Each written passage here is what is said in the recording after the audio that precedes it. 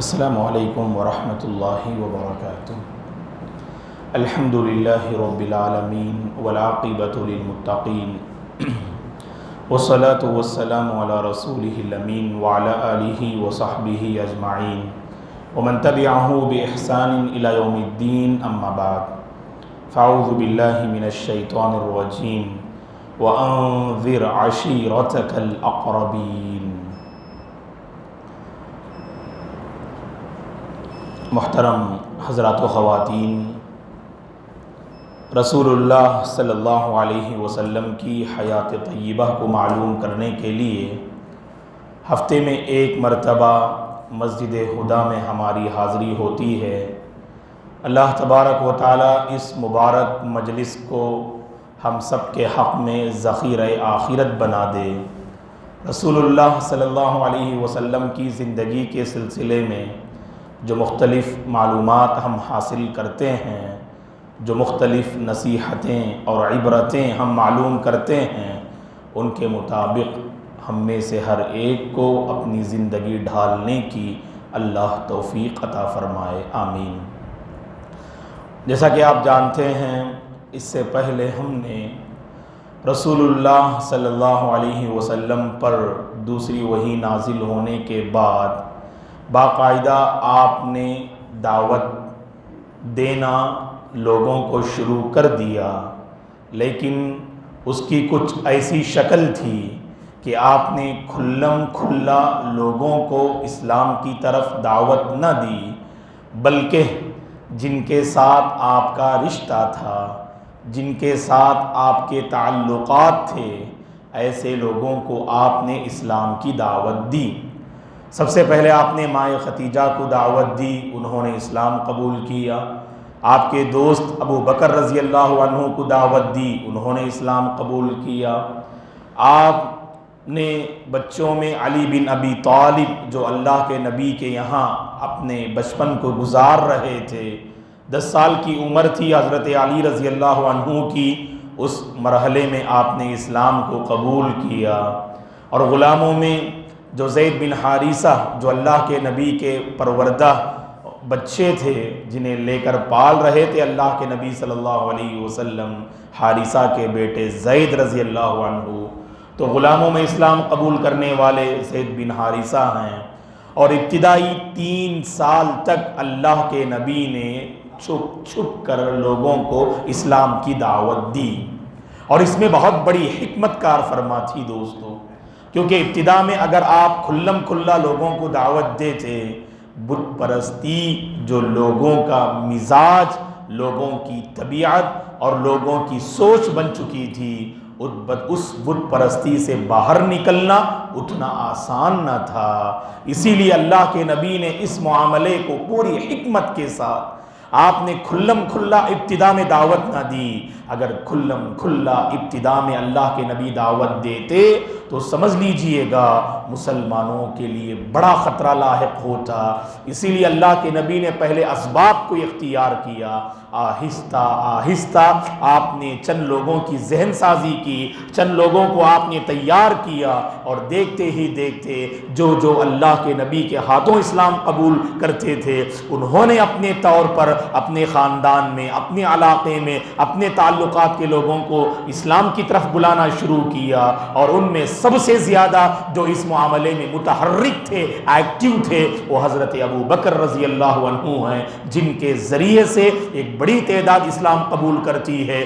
کبار صحابہ، بڑے بڑے صحابہ جو اسلام قبول کرتے ہیں، وہ اللہ کے فضل کے بعد حضرت ابو بکر رضی اللہ عنہ کی محنتوں اور کاوشوں کا نتیجہ ہے۔ آخر میں ایک سوال آپ لوگوں سے میں کروں گا، ابھی وہ سوال آپ کے حوالے کرتا ہوں اور اس کا جواب میں آخر میں طلب کروں گا، اس لیے کہ یہاں پر خواتین بھی اگر چاہیں تو جواب دے سکتی ہیں، اور صحیح جواب دینے والوں کو انشاءاللہ بہترین انعام سے نوازا جائے گا۔ سوال یہ ہے کہ گزشتہ درس میں میں نے آپ سے کہا تھا، حضرت ابو بکر رضی اللہ عنہ کے ہاتھوں جن صحابہ نے اسلام قبول کیا، ان میں 6 ایسے عظیم صحابہ ہیں جن کا شمار عشرہ مبشرہ میں ہوتا ہے، وہ 6 عظیم ہستیاں جن کو اللہ کے نبی نے دنیا ہی میں، جن 10 صحابہ کو دنیا ہی میں اللہ کے نبی نے نام لے لے کر آپ نے جنت کی خوشخبری سنائی، ان میں 6 ایسے صحابہ ہیں جو حضرت ابو بکر رضی اللہ عنہ کی محنت سے اسلام قبول کرتے ہیں۔ تو آپ کو وہ 6 نام بتانا ہے، وہ 10 صحابہ میں 6 وہ کون صحابہ ہیں جو ابو بکر رضی اللہ عنہ کے ذریعے سے اسلام قبول کرتے ہیں، عشرہ مبشرہ میں سے۔ سوال سمجھ میں آ گیا؟ ہاں، تو آخر میں جواب ذہن میں رکھیے انشاءاللہ، تو اس کے لیے جواب سوچتے مت رہیے، آپ ذرا سنتے بھی رہیے مجھے انشاءاللہ، آخر میں انشاءاللہ ہم جواب پوچھیں گے۔ اور خواتین سے بھی گزارش ہے، اگر آپ جواب جانتی ہیں تو آپ کے پاس اگر وہاں پیپر اور قلم موجود ہو تو آپ اس میں جواب بھی الحمدللہ لکھ کر یہاں بھیج سکتے ہیں، صحیح جواب دینے والوں کو انشاءاللہ انعام سے نوازا جائے گا۔ شکراً۔ تو بہرحال ابو بکر رضی اللہ عنہ کے ذریعے سے اسلام قبول کرنے والوں کی ایک تعداد ہوتی ہے، وہ 6 صحابہ جو عشرہ مبشرہ میں سے ہیں، اور ساتھ میں عثمان بن مظعون رضی اللہ عنہ، ارقم بن ابیل ارقم رضی اللہ عنہ، یہ وہ ہستیاں ہیں جو حضرت ابو بکر کی کاوشوں سے اسلام قبول کرتے ہیں۔ اور ابتدا میں جن ہستیوں نے اسلام کو قبول کیا تو ان میں غلاموں کی ایک تعداد بھی ہے دوستو، جو پہلے غلام تھے اور بعد میں انہیں آزاد کر دیا گیا۔ بلال رضی اللہ عنہ کا نام سر فہرست آتا ہے، بلال بن رباح رضی اللہ عنہ کو کون نہیں جانتے، ابتدائی دور میں اسلام قبول کرنے والے صحابی ہیں یہ۔ صہیب رومی رضی اللہ عنہ، انہوں نے بھی ابتدائی دور میں اسلام قبول کیا۔ مقداد رضی اللہ عنہ، انہوں نے بھی ابتدائی دور میں اسلام قبول کیا۔ عمار رضی اللہ عنہ، ان کی والدہ سمیہ رضی اللہ عنہا، یہ سب وہ لوگ ہیں جو غلام تھے۔ کون کون؟ بلال رضی اللہ عنہ، صہیب رضی اللہ عنہ، عمار رضی اللہ عنہ، ان کی والدہ سمیہ رضی اللہ عنہا، یہ وہ عظیم ہستیاں ہیں جو غلام تھے، اس کے باوجود انہوں نے اسلام کو قبول کیا۔ اب یہاں پر غور کرنے کی بات یہ ہے دوستو، اللہ کے نبی نے شروع کے 3 سال چھپ چھپ کر خفیہ دعوت آپ نے دی، کھل کر آپ نے لوگوں کو نہیں بلایا۔ اس کے باوجود نبی بنائے جانے کے بعد شروع کے 3 سالوں میں جو صحابہ اور صحابیات جنہوں نے اسلام قبول کیا ان پر بڑی آزمائشیں آئیں۔ اہل علم نے لکھا ہے کہ 4 سال جب اللہ کے نبی نے کھل کر لوگوں کو دعوت دی، اس کے بعد تو مصائب کا پہاڑ ٹوٹ پڑا مسلمانوں پر، مصیبتوں کا پہاڑ مسلمانوں پہ ٹوٹ پڑا۔ کیسی تکالیف اور مصیبتوں کا مسلمانوں نے جو سامنا کیا وہ ہم معلوم کریں گے 4 سال سے۔ لیکن شروع کے 3 سال ایسے نہیں تھے کہ بالکل مسلمان امن و امان سے رہے ہوں، کسی بھی طرح مشرکین کو خبر مل گئی کہ محمد صلی اللہ علیہ وسلم لوگوں کے دین کو چینج کر رہے ہیں، لوگوں کے مذہب کو بدل رہے ہیں، کیونکہ 3 سال میں اہل علم نے لکھا ہے کہ 40 اور 50 کے آس پاس الحمدللہ، حالانکہ کھل کر آپ نے دعوت نہ دی، چھپ چھپ کر دعوت آپ نے دی، اس کے باوجود 40 سے 50 لوگ اسلام قبول کر لیے۔ یہ بہت بڑی کامیابی تھی، ہے کہ نہیں؟ کیوں؟ جب بت پرستی میں انسان ملوث ہوتا ہے دوستو، اس سے نکلنا اتنا آسان نہیں ہوتا۔ یاد رکھیے گا، 2 بہت بڑی گمراہی ہے، ایک ہے انسان کفر و شرک، اور بدعت و خرافات۔ انسان آسانی سے نہیں چھوڑتا۔ آپ اگر چاہیں تو اپنے ماحول میں دیکھ لیجئے، جو انسان بدعت میں مبتلا ہے، بارہا کہنے کے باوجود بھائی میلاد نہیں مناتے، شب برات نہیں مناتے، محرم میں ماتم نہیں کرتے، سفر کے مہینے کو منحوس نہیں سمجھتے، بارہا کہنے کے باوجود مسلمانوں کی یہ ایک تعداد ایسی ہے جو اپنی پرانی روایات پہ چلتی آ رہی ہے۔ دوستو، ہم بدعات سے فوری توبہ نہیں کرتے، کیونکہ ہم نے بدعت کو بدعت نہیں جانا، ہم نے گمراہی کو گمراہی نہیں جانا۔ گمراہی کو گمراہی نہ جاننا یہ بہت بڑی گمراہی ہے دوستو، اور اسی لیے جو بندہ کفر و شرک میں ہوتا ہے اس سے نکلنا اتنا آسان نہیں۔ آپ اگر سمجھنا چاہتے ہیں، حضرت نوح علیہ السلام کتنے سال دعوت دیا؟ 950 سال۔ اسرائیلی روایت کے مطابق بعض مفسرین نے اپنی کتابوں میں لکھا ہے نوح علیہ السلام جب نبی بنائے گئے اس وقت آپ کی عمر 250 سال تھی، اس کے بعد 950 سال محنت کیے، اور جب طوفان نوح کے بعد جب نوح علیہ السلام کی قوم والوں پر، کافروں پر، مشرکوں پر جب طوفان آیا اور سارے غرق ہو گئے، طوفان نوح کے بعد نوح علیہ السلام 250 سال زندہ رہے۔ اللہ اکبر، 1450 سال آپ جو ہے اس روئے زمین میں جو ہے زندہ رہے۔ اور مفسرین نے اپنی کتابوں میں لکھا جب روح قبض کرنے والے فرشتے آئے آپ کے پاس اور کہا آپ سے اے انبیاء میں سب سے لمبی عمر پانے والے، کہا اس روح قبض کرنے والے فرشتے نے کہ اے انبیاء میں سب سے زیادہ لمبی عمر پانے والے، کیف وجدت الدنیا، تم نے دنیا کو کیسے پایا؟ انہوں نے کہا 1450 سال زندگی بسر کرنے والے نوح علیہ السلام نے فرمایا کبیت لہ بابانی دخلت من باب وخرجت من باب، میں نے دنیا کو ایک گھر کی طرح پایا جس کے 2 دروازے ہیں، اس گھر کے 2 دروازے ہیں، ایک دروازے سے داخل ہوا، دوسرے دروازے سے نکل گیا، بس یہ دنیا کی مدت تھی۔ 1450 سال زندگی بسر کرنے والے، اور اہل علم نے لکھا 950 سال جو آپ نے محنت کی اور آپ کے ہاتھوں اسلام قبول کرنے والے، اہل علم نے لکھا اپنی کتابوں میں، بعض نے لکھا 80 افراد نے اسلام قبول کیا، 80 پر 5 افراد نے اسلام قبول کیا، 100 کے آس پاس لوگوں نے اسلام قبول کیا۔ اللہ اکبر، کیا آپ دعوت میں ناکام تھے؟ آپ کہا کہ نہیں، دعوت میں آپ کامیاب ہے کہ نہیں؟ اللہ تعالیٰ آپ کے دل کے جذبے کو دیکھتا۔ دوستو مایوس مت ہو جاؤ، اپنے خاندان میں کبھی کوئی برائی دیکھتے ہو نا، آپ کوشش کرو اس کی اصلاح کی۔ نہیں مولانا، بہت جو ہے بار میں کہہ چکا ہوں، وہ بدلنے والے نہیں، وہ سدھرنے والے نہیں، مایوس ہو جاتے آپ۔ 950 سال محنت کیے کیا آپ؟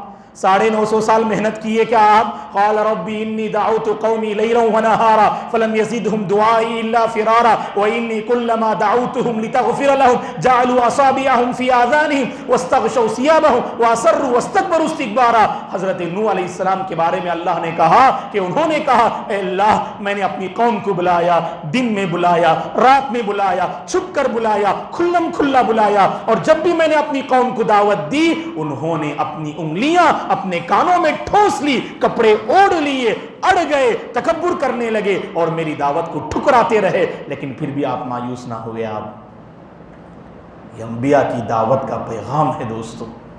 یہاں پر اللہ کے نبی کو یاد رکھیے گا، زبردست کامیابی ملی، 3 سال کی مدت میں 50 کے آس پاس اسلام قبول کرنے والے، اللہ اکبر۔ اور ان میں بہت سارے صحابہ نے تکالیف کا سامنا کیا دوستو، بہت بڑی قربانی ہی، یاد رکھیے گا آپ۔ آج ہم بالکل امن و امان کے سائے میں زندگی بسر کر رہے ہیں۔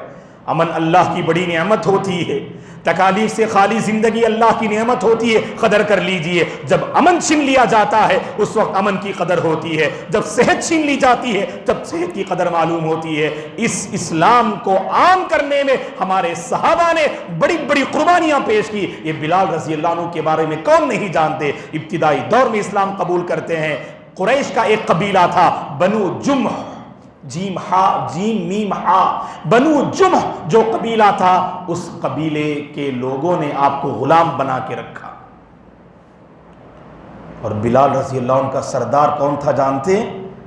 امیہ بن خلف، بہت بڑا مشرک، سردار، کافروں کا سرغنہ، کافروں کا سردار، یہ امیہ بلال رضی اللہ عنہ کا سردار تھا۔ جب پتہ چلا اس کے سردار کو، بلال رضی اللہ عنہ کے سردار کو، وہ اسلام قبول کر چکے ہیں، مارنے لگا، پیٹنے لگا، طرح طرح کی تکلیفیں اس نے دی۔ عرب کی چلچلاتی دھوپ میں اس ریت میں آپ کو لٹا دیتا اور پتھر کے ذریعے آپ کو جو ہے، آپ پر جو ہے یعنی آپ پتھر اور بہت بڑی چٹان کو آپ پہ رکھ دیتا۔ اور یہ بات اچھی طرح سے سب جانتے کہ اس موقع پہ بھی آپ احد احد کا نعرہ لگاتے تھے، آپ ہے کہ نہیں؟ غلام، حبش کے رہنے والے کالے کلوٹے انسان، معاشرے میں ایسے لوگوں کی عموماً قدر نہیں ہوتی۔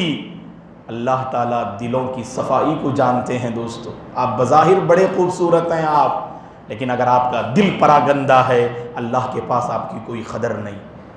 بظاہر شکل و صورت میں جیسے بھی ہو آپ کا دل بڑا صاف ہے، آپ کا دل بڑا نیک ہے، اللہ کے پاس آپ کی قدر ہے، یاد رکھیے آپ۔ بلال رضی اللہ عنہ وہ عظیم ہستی ہیں، جب اللہ کے نبی کو جنت کا آپ جنت کا سیر آپ نے کیا تو جنت میں قدموں کی آہٹ آپ نے سنی۔ آپ سے پہلے آگے بڑھنے والے یہ بلال رضی اللہ عنہ، جن کے قدموں کی آواز آپ صلی اللہ علیہ وسلم نے سنی۔ بلال رضی اللہ عنہ کا کیا مقام!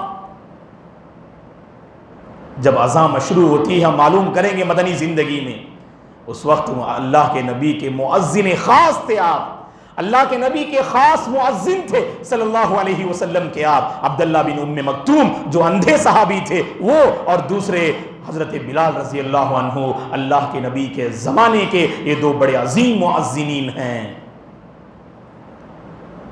حبش کے رہنے والے بنو جمح میں امیہ بن خلف کے غلام ابو بکر رضی اللہ عنہ نے دیکھا کہ بار بار حضرت بلال کو امیہ تکلیف دے رہا ہے، رہا نہیں گیا آپ سے، اور جا کے امیہ سے کہا کہ میں اس غلام کو خریدنا چاہتا ہوں، تو بڑی قیمت اس نے مقرر کی، اور اس بڑی قیمت کو ادا کر کے حضرت بلال رضی اللہ عنہ کو ابو بکر رضی اللہ عنہ آزاد کرتے ہیں دوستو۔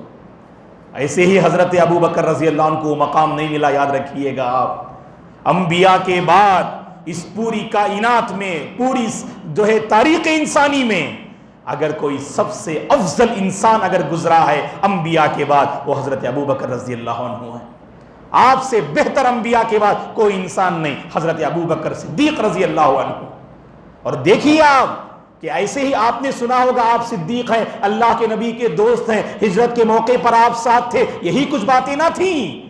ابتدائی دور سے آپ دیکھ لیجئے، گزشتہ ہفتے میں نے ایک بات آپ سے کہی تھی، عمر رضی اللہ عنہ نے کہا اللہ کے نبی کے حوالے سے، اللہ کے نبی نے ایک مرتبہ فرمایا کہ میں نے ہر ایک کے سامنے اسلام کو قبول کیا اور اسے اپنانے میں انہوں نے تھوڑا بہت وقت تو لیا، یہ صرف حضرت ابو بکر ہیں، جب میں نے ان کے سامنے اسلام کو پیش کیا تھوڑی دیر کے لیے بھی آپ نے غور نہ کیا، فوراً آپ نے اسلام کو قبول کر لیا۔ اتنا بھروسہ تھا اپنے دوست کی سچائی اور امانت داری پر، یعنی صلی اللہ علیہ وسلم کی سچائی اور امانت داری پر، اسی لیے آپ صدیق کہلایا آپ۔ تو بلال رضی اللہ عنہ کو لے کے آزاد کرتے ہیں آپ، اور صہیب رضی اللہ عنہ، ان کو بھی تکلیفیں دی گئی۔ روم کے رہنے والے صہیب بن سنان بنو مخزوم کے غلام تھے، اور غلام بنا کر مکے میں لائے گئے، اور انہیں بھی خرید کر آزاد کیا گیا، کیونکہ ان کو بھی بہت ستایا گیا، اور آزاد کرنے کے بعد بھی ان کی تکلیف ختم نہ ہوئی۔ جب ہجرت کرنا چاہ رہے تھے صہیب رضی اللہ عنہ، ابتدائی دور میں انہوں نے اسلام قبول کیا، شروع کے نمبر حاصل کرنے والے، یہ 4 نمبر تو آپ دے سکتے ہیں، خدیجہ رضی اللہ عنہا، ابو بکر رضی اللہ عنہ، علی رضی اللہ عنہ، زید بن حارثہ رضی اللہ عنہ، ابو ذر الغفاری رضی اللہ عنہ، سمیہ بنت خبات رضی اللہ عنہ، عمار رضی اللہ عنہ، بلال رضی اللہ عنہ، صہیب رضی اللہ عنہ، مقداد رضی اللہ عنہ، یہ سب ابتدائی لسٹ میں آنے والے صحابہ ہیں دوستو اور صحابیات۔ جب ہجرت کرنے کی باری آئی مدینہ، جب اللہ کے نبی نے اجازت دی صحابہ کو ہجرت کرنے کی، صہیب رضی اللہ عنہ بھی نکلنے لگے، اور مکے کے بڑے مالدار تاجر تھے آپ، آئے تھے خالی ہاتھ، غلام بنا کر لائے گئے، اور اسلام قبول کیا، آزادی ملی، اور اس کے بعد خوب تجارت کی، اللہ نے خوب برکت دی، اور جب ہجرت کرنا چاہ رہے تھے آ گئے مشرکین روڑے ڈالنے کے لیے، رکاوٹ پیدا کرنے کے لیے۔ کیا کہا صہیب سے؟ میرے اور آپ کے لیے بہت بڑا پیغام ہے اس میں۔ صہیب سے کہا، مشرکین نے آئے تھے اے صہیب خالی ہاتھ، تم مکہ آئے تھے خالی ہاتھ، اور سب کچھ تم نے مکہ میں حاصل کیا، اگر تم دین محمد کے ساتھ لوٹنا چاہتے ہو تو صرف اس دین کے ساتھ لوٹنے کی تمہیں اجازت ہوگی، اپنا سارا مال تمہیں یہیں چھوڑنا ہوگا۔ اگر تم مال چاہتے ہو تو محمد کے دین کو قربان کرنا ہوگا۔ اللہ اکبر۔ اگر ہمارے سامنے اگر کوئی یہ بات رکھے دوستو، تھوڑی دیر کے لیے سوچیں، سنت کو قربان کیجئے یا جو ہے مال کو قربان کیجئے، ہم مال کو قربان نہیں کرتے، خواہشات کو قربان نہیں کرتے، سنت کو قربان کرنا ہمارے لیے گوارا ہے، دین کا سودا کرنا ہمارے لیے گوارا ہے۔ دوستو اپنے ایمان کا جائزہ لیجئے۔ اس طرح کی مجلسوں میں حاضر ہونے سے میری یہ ذمہ داری ہے، آپ کی یہ ذمہ داری ہے، اپنی زندگی کو کھنگالیے ہم کس رخ پہ چل رہے ہیں، اور صحابہ نے اس اسلام کی خاطر کیا کیا قربانیاں پیش نہ کی۔ انسان کو مال سے محبت ہوتی ہے نا، لیکن مومن کو اس محبت سے کہیں زیادہ ایمان سے محبت ہوتی ہے، مال کی طاقت سے کہیں زیادہ اس کے پاس ایمان کی طاقت اور ایمان کا پاور ہوتا ہے۔ آج ایمانی پاور نہیں ہے، اسی لیے ساری طاقتیں ہم پر جو ہے حکومت کر رہی ہیں۔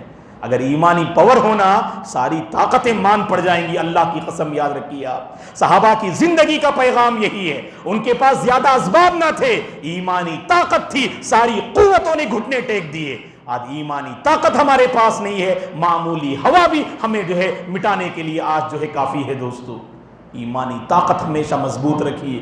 کیا کہا؟ منہ توڑ جواب دیتے ہوئے صہیب رضی اللہ عنہ نے کہا، میں دین محمد کا اللہ کی قسم انکار نہیں کر سکتا، مجھے مال نہیں چاہیے، مجھے راستہ چھوڑ دو، میں جیسے خالی ہاتھ مکہ آیا ویسے ہی خالی ہاتھ مدینہ جانا چاہتا ہوں۔ نکل گیا آپ مدینہ اور سب کچھ قربان کر دیا اس دین کی خاطر۔ جب اللہ کے نبی کو خبر ملی تو اللہ کے نبی نے فرمایا، ربیح صہیب، ربیح صہیب، صہیب نے بہت بڑے فائدے کا سودا کیا ہے۔ اللہ اکبر، بہت بڑے فائدے کا سودا کیا ہے۔ اس دنیاوی دولت کے بدلے انہوں نے جنت کو جو ہے حاصل کیا، اس دنیاوی دولت کے بدلے انہوں نے اللہ کی رضامندی کو پایا، اس دنیاوی دولت کے بدلے انہوں نے اللہ کے رسول کی چاہت کو انہوں نے پایا۔ اسی لیے کہا ربیح صہیب، صہیب نے بہت بڑے جو ہے فائدے کا سودا کیا ہے۔ ایک طرف بلال رضی اللہ عنہ کو تکلیفیں دی گئیں اور صہیب رضی اللہ عنہ کو تکلیفیں دی گئیں، اور عمار رضی اللہ عنہ تو جانتے آپ، عمار رضی اللہ عنہ کی والدہ سمیہ رضی اللہ عنہا بڑی بہادر خاتون، اللہ اکبر، جانتے ہیں آپ سمیہ رضی اللہ عنہا کو تکلیفیں دی جا رہی تھی، اور تکلیف دینے والوں میں ابو جہل بہت آگے تھا۔ مشرکین تکلیف دیتے تھے، اور ساتھ ساتھ خاص کر یہ ابو جہل کا جو لقب ہے، ابو جہل وہ یہیں سے پڑتا ہے اس کا لقب۔ اس نے کیا کیا جانتے ہیں؟ تاریخ انسانی میں بہت ہی گھناؤنی حرکت اس نے کی، اور اس قدر کفر کے دلدل میں پھنسا ہوا تھا، بت پرستی سے اتنی محبت تھی، جب اسے پتا چلا کہ یہ یاسر کے خاندان والوں نے اسلام کو قبول کر لیا ہے، عمار کو بھی تکلیف دینے لگا رضی اللہ عنہ، یا سمیہ رضی اللہ عنہ کو تکلیف دے رہا تھا، معمولی تکلیف نہ تھی، خنجر کو لے کر سمیہ رضی اللہ عنہ کی شرمگاہ پر مارنے لگا، شرمگاہ کو زخمی کرنے لگا، کراہتے ہوئے سمیہ رضی اللہ عنہ نے اپنی جان دے دی، اور اسلام کی راہ میں سب سے پہلے جان قربان کرنے والی صحابیہ سمیہ رضی اللہ عنہا ہیں۔ دوستو سمیہ بنت خبات رضی اللہ عنہا سب سے پہلے اسلام کی راہ میں اپنی جان کو دینے والی، اس قدر گھناؤنی حرکت کی اس ابو جہل نے۔ اس کا نام اس کی کنیت ابو الحکم تھی، ابو الحکم اس کی کنیت تھی۔ ابو الحکم کا مطلب جانتے؟ فیصلہ کرنے کا باپ۔ اللہ کے نبی نے کہا وہ ابو الحکم نہیں جی، وہ تو ابو جہل ہے، وہ تو جاہلوں کا باپ ہے، وہ انسانیت سے ہٹ کر اس نے ایسی حرکت کی، تو اسی لیے اللہ کے نبی نے اس کا لقب رکھا، وہ ابو الحکم نہیں، وہ ابو الحکم تو بڑا اچھا لقب ہے۔ ابو الحکم کا مطلب کیا؟ فیصلہ کرنے کی قوت رکھنے والا، فیصلہ کرنے کا باپ۔ اس کے اندر کہاں فیصلہ کرنے کی قوت ہے؟ یہ تو ابو جہل ہے، یہ تو جاہلوں کا سردار ہے، جو بدر کی لڑائی میں آپ معلوم کریں گے 2 نوجوان اور چھوٹے بچوں کے ہاتھوں مارا جانے والا یہ اللہ کے نبی کا چچا، یہ ابو جہل تھا دوستو۔ اور ادھر عمار رضی اللہ عنہ، یاسر رضی اللہ عنہ کو تکلیفیں دی جا رہی تھی۔ اللہ کے نبی گزر رہے تھے راستے میں، آپ نے عجیب و غریب منظر دیکھا، کچھ نہیں کر سکتے تھے، ابتدائی زمانہ تھا، کوئی دفاعی پوزیشن میں بھی نہ تھے، ڈیفنس بھی نہیں کر سکتے اور آگے بڑھ کر حملہ بھی نہیں کر سکتے اور اسباب جنگ بھی موجود نہیں تھے اور بالکل کم تعداد میں، بالکل مائنورٹی میں مسلمان تھے. ایسی صورت میں اللہ کے نبی نے صرف دعائیں دی اور صبر کی تلقین فرمائی. جیسا کہ اہل علم نے اپنی کتابوں میں لکھا، جب یاسر رضی اللہ عنہ کے خاندان والوں پر سے اللہ کے نبی گزرتے، دیکھ کر اللہ کے نبی کی آنکھوں سے آنسو جاری ہوتے، آپ فرماتے اصبروا آل یاسر، اصبروا آل یاسر، اے یاسر کے خاندان والو صبر کرو، صبر کرو. کیوں؟ فإن موعدکم الجنہ، تمہارے وعدے کی جگہ جنت ہوگی انشاءاللہ.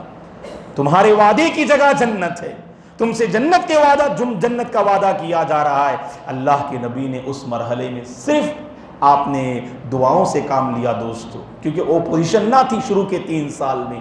اسی لیے ہم دیکھتے ہیں یہ تو بعض جو ہے یعنی بالکل کمزور اور نادار صحابہ جو بالکل غلام تھے، ایسے لوگوں کی تکلیفیں سامنے آئیں. اس کا مطلب یہ نہیں جو اونچے خاندان سے تعلق تھا تو ایسے لوگوں کو تکلیف نہیں دی جاتی تھی، ایسا نہیں ہے، ان کو بھی تکلیفیں دی جاتی تھی، لیکن یہ لوگوں کے سامنے ان کو تکلیف دی جاتی تھی اور ان کو گھر کے اندر رکھ کر پٹائی ان کی ہوتی تھی. اب جیسا کہ آپ جانتے ہیں ہمارے اپنے پاس اگر اونچے خاندان کے اگر مسائل ہیں تو خاندان کے اندر ہی وہ دب کر رہ جاتے ہیں، اور جو بالکل لو کلاس کے لوگ ہوتے ہیں تو ان کے مسائل بہت باہر آ جاتے ہیں. تو وہی معاملہ ہوا عہد رسالت میں. شروع کے 3 سال سب کو تکلیفیں دی گئیں، یہاں تک کہ ولید بن مغیرہ کا بیٹے ولید رضی اللہ عنہ بھی اسلام قبول کرتے ہیں. جانتے ہیں آپ ولید بن مغیرہ گویا کہ کافروں کا سردار تھا، اسلام کا جانی دشمن تھا. اس کے گھر میں اللہ تعالیٰ نے ولید کو جو ہے پیدا کیا، خود ولید اس کا نام ہے اور بیٹے کا نام بھی ولید ہے. ولید بن مغیرہ کے بیٹے ولید اسلام قبول کرتے ہیں تو اس کے گھر والوں نے اس کو کافی پریشان کیا، ولید رضی اللہ عنہ کو ستایا. خود عمر رضی اللہ عنہ اسلام قبول کرنے سے پہلے بہت تکلیف دیا کرتے تھے لوگوں کو، بہت ستاتے تھے لوگوں کو. خاص کر آپ کے جو چچا کے بیٹے سعید بن زید رضی اللہ عنہ جو عشرہ مبشرہ میں سے ہیں، جن کو اللہ کے نبی نے دنیا ہی میں جنت کی خوشخبری سنائی، تو سعید بن زید جو حضرت عمر کے چچا کے بیٹے تھے، چچیرے بھائی تھے، ان کو کمرے میں بند کر دیتے اور خوب ان کی پٹائی کرتے تھے عمر رضی اللہ عنہ تاکہ اسلام کو چھوڑ دیں. اللہ کی قسم ان میں سے کسی نے اسلام کو نہیں چھوڑا. دوستو صحابہ کی سب سے بڑی خوبی یہی تھی، دل میں بٹھا لیا اسلام کو، نکالنا اتنا آسان نہ تھا. ایمان پیوست ہو گیا ان کے دلوں میں. آج ایسے ہی ایمان کو اپنے اندر پیدا کرنے کی ضرورت ہے دوستو. آج یہی ایمانی کمزوری ہم اپنے اندر محسوس کرتے ہیں. اور ابتدائی 3 سال آپ دیکھ لیجئے کہ 50 کے آس پاس لوگوں نے اسلام قبول کیا، اور جن کا اسلام سب سے پہلے لوگوں کے سامنے ظاہر ہوا، ابن مسعود رضی اللہ عنہ کہتے ہیں 7 صحابہ کا اسلام سب سے پہلے ظاہر ہوا، اور اس 7 لوگوں کا اسلام سب سے پہلے ظاہر ہوا. سب سے پہلے اللہ کے نبی صلی اللہ علیہ وسلم، پہلے مسلمان، اس جو ہے یعنی آخری امت کے، کیونکہ اللہ کے نبی پر نہ اللہ تعالیٰ نے اسلام کو جو ہے نازل کیا، اس سے پہلے کے انبیاء اور آپ کے جو ہے متبعین بھی مسلمان تھے. اور اس کے بعد ایک زمانہ جس میں عیسیٰ علیہ السلام کے بعد ایک بڑی مدت رہی جس میں کوئی نبی نہیں آئے، اور اس کے بعد اللہ کے نبی آئے تو پہلے آپ مسلمان. اس کے بعد اسلام کو جو ہے ظاہر کرنے والوں میں ابو بکر رضی اللہ عنہ اور عمار رضی اللہ عنہ، سمیہ رضی اللہ عنہ، صہیب رضی اللہ عنہ، بلال رضی اللہ عنہ اور مقداد رضی اللہ عنہ. اہل ابن مسعود رضی اللہ عنہ کہتے ہیں یہ وہ 7 صحابہ ہیں جنہوں نے سب سے پہلے اپنے اسلام کو ظاہر کیا. ان میں سے بعض کی تکلیفیں بہت ظاہر ہے، جیسا کہ ابھی میں نے کہا بلال رضی اللہ عنہ، صہیب رضی اللہ عنہ کو کافی تکلیفیں دی جاتی تھیں. ابو بکر رضی اللہ عنہ کا ایک مقام و مرتبہ تھا معاشرے میں، اسی لیے کوئی آپ سے قریب نہیں ہو پاتا تھا. اور اللہ کے نبی صلی اللہ علیہ وسلم بھی اونچے خاندان سے تعلق رکھنے والے. بعد میں اللہ کے نبی کو کیا تکلیفیں دی گئی وہ ہمارے اپنے دروس میں آئیں گے، کیونکہ اصل یہاں پر 3 سال کے بعد اللہ کے نبی پر ایک آیت کریمہ نازل ہوتی ہے سورہ شعراء کی، وَأَنذِرْ عَشِيرَتَكَ الْأَقْرَبِينَ، اور سورہ ہجر کی فاصدع بما تؤمر واعرض عن المشرکین. تو ان دو آیات کریمہ کے نازل ہونے کے بعد اللہ کے نبی نے باقاعدہ کھلا لوگوں کو بلانا شروع کیا. 3 سال کے بعد، ہجرت کے 4تھے سال. کیسے بلانا شروع کیا؟ اس کے بعد آپ کے ساتھ جو ہے لوگوں کا کیا معاملہ ہوا، لوگوں نے آپ کی بات کو قبول کیا یا ٹھکرایا، اور کیا کیا مسائل پیش آئے، انشاءاللہ آنے والے درس میں ہم معلوم کرتے ہیں. اللہ سے ہماری دعا ہے اس سری دعوت کے مرحلے میں جو عظیم پیغام ہمیں ملتا ہے کہ ایمانی قوت کو ہم اپنے اندر پیدا کرنے کی ضرورت ہے، اور اسلام کی خاطر ہر قسم کی قربانی دینے کا ہنر ہمیں اپنے اندر پیدا کرنا ہے، اور خواہشات نفس کو کچلنا ہے، اور ہمیشہ ایمان کی طاقت کو جو ہے یعنی قائم رکھنا ہے، جو صحابہ اکرام کے اندر یہ عظیم خوبی تھی. اللہ تبارک و تعالیٰ اس عظیم خوبی کو اپنانے کی توفیق عطا فرمائے. صحابہ اکرام نے جو قربانیاں اسلام کی خاطر پیش کیں، اللہ تبارک و تعالیٰ ہمارے اندر بھی وہ ایمانی حوصلہ پیدا فرمائے کہ ہم ایمان پر مر مٹنے والے بن جائیں، ایمان پر جینے والے ہم بن جائیں، اور اللہ تعالیٰ اسی ایمان پر ہم سب کو خاتمہ نصیب فرمائے. آمین. ہم آپ تمام کا شکریہ ادا کرتے ہیں. اللہ تبارک و تعالیٰ آپ کی آمد کو قبول فرمائے، آپ کی زندگی میں اللہ برکت دے، آپ کے گھروں میں اللہ چین و سکون نازل فرمائے، ہر قسم کی آفت سے اللہ آپ تمام کو محفوظ رکھے، ہر بری نظر سے اللہ تعالیٰ آپ تمام کی حفاظت فرمائے، امن و سلامتی والی زندگی اللہ تعالیٰ آپ تمام کو نصیب فرمائے. آمین. جزاکم اللہ خیرا. جی جواب دینے والے وہ کون 6 خوش نصیب صحابہ ہیں جو ابو بکر رضی اللہ عنہ کے ذریعے اسلام قبول کرتے ہیں؟ جی لاؤ بیٹے. یہاں جواب دینے والے ہیں آپ میں سے. یہ تو سوال ہے، ہم سمجھ رہے تھے کہ خواتین کی جانب سے بھی جواب آئے گا. اگر جواب ہو تو لا کر دیجئے بیٹا. ہے جواب؟ لائیے. ماشاءاللہ تبارک اللہ. بہرحال اگر آپ لوگوں کی طرف سے بھی صحیح جواب مل رہا ہے تو دونوں کو انعام ملے گا انشاءاللہ. ایک ہی انعام نہیں ہے، ایک سے زائد انعام بھی ہے الحمدللہ. طلحہ رضی اللہ عنہ. اچھا ہیں کوئی جواب دینے والے؟ جی ہاتھ اٹھائیے. جواب تو آیا ہے ماشاءاللہ. جی خیر سنا دوں جواب. یہاں جو جواب لکھ کر لائے ہیں طلحہ رضی اللہ عنہ، زبیر رضی اللہ عنہ، عبد الرحمن بن عوف رضی اللہ عنہ، سعد بن ابی وقاص رضی اللہ عنہ، سعید بن زید لکھا ہے لیکن سعید بن زید نہیں ہے، ایک تھوڑا سا جواب یہ ہو گیا ہے، اور ابو عبیدہ بن جراح. ماشاءاللہ تبارک اللہ. 10 جو ہے عشرہ مبشرہ میں سے 6 صحابہ حضرت ابو بکر رضی اللہ عنہ کی کوشش سے اسلام قبول کرتے. ان میں سے 6 نام جو آئے ہیں ماشاءاللہ 5 جو ہے نام صحیح ہیں. سعید بن زید جو ہے جو نام آیا ہے وہ صحیح نہیں ہے. کون سا صحیح جواب ہے؟ 4 خلفاء میں سے عثمان بن عفان ہے کہ نہیں؟ لیکن الحمدللہ یہ انعام کے مستحقہ ہیں انشاءاللہ. تو اگلے ہفتے انشاءاللہ انعام سے جو ہے نوازا جائے گا انشاءاللہ. بارک اللہ فیک. تو صحیح جواب ہے یا طلحہ رضی اللہ عنہ، زبیر رضی اللہ عنہ، عبد الرحمن بن عوف رضی اللہ عنہ، سعد بن ابی وقاص رضی اللہ عنہ، ابو عبیدہ بن جراح رضی اللہ عنہ، اور عثمان بن عفان رضی اللہ عنہ. اور یہ تو 6 ہو گئے. اور بقیہ 4 کون؟ ابو بکر رضی اللہ عنہ، عمر رضی اللہ عنہ، علی رضی اللہ عنہ، سعید بن زید رضی اللہ عنہ. کل 10 ہو گئے الحمدللہ. ٹھیک ہے نا؟ جزاکم اللہ خیر. تو انشاءاللہ اگلے ہفتے جو ہے انعام جو ہے دیا جائے گا.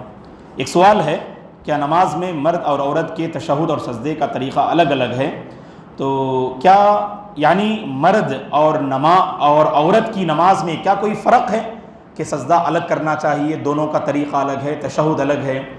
اس کا جواب ہم اس طرح سے دیتے ہیں دوستو، اللہ کی قسم کتب احادیث آپ کھنگال کر دیکھ لیجئے، جتنی حدیث کی کتابیں ہیں، اور اس میں سب سے لمبا جو چیپٹر ہے وہ کتاب الصلاح ہے، نماز کا چیپٹر ہے. کوئی بھی ایک ایسی صحیح حدیث آپ ہرگز پیش نہیں کر سکتے جس میں اللہ کے نبی نے بتایا ہو کہ عورت کے سجدہ کرنے کا طریقہ الگ ہے اور تشہد کا طریقہ الگ ہے. نہیں دوستو، اللہ کی قسم ایسی ایک حدیث بھی نہیں ہے. بعد میں لوگوں نے پتہ نہیں کہاں سے اس کو لا لیا. اگر واقعی عورت اور مرد کے سجدے میں فرق ہوتا، عورت اور مرد کے تشہد میں فرق ہوتا، تو اللہ کے نبی صحابیات اور خصوصاً اپنی ازواج مطہرات کو بتاتے. ماں عائشہ ہرگز نہ چھپاتی اور بتاتی کہ جو ہے عورت کو سجدہ کرتے ہوئے اپنے آپ کو سکیڑ لینا چاہیے. نہیں، جیسے مرد حضرات سجدہ کرتے ہیں 7 اعضاء پہ سجدہ کرنا. آپ اپنے پیر کی انگلیوں پر، گھٹنوں پر اور ہاتھ کی انگلیوں پر اور اسی طرح سے پیشانی اور ناک، تو ان 7 اعضاء پر سجدہ کرنے کا ہمیں حکم دیا. اور سجدہ کرتے ہوئے آپ کے جو ہاتھ کے جو بازو ہیں وہ آپ کی جو ہے پیٹھ سے نہیں لگنا چاہیے، اور جو ران ہے وہ پیٹ سے نہیں لگنا چاہیے. ران اور پیٹ کا حصہ الگ الگ رہے. ہاتھ اور پسلی اور جو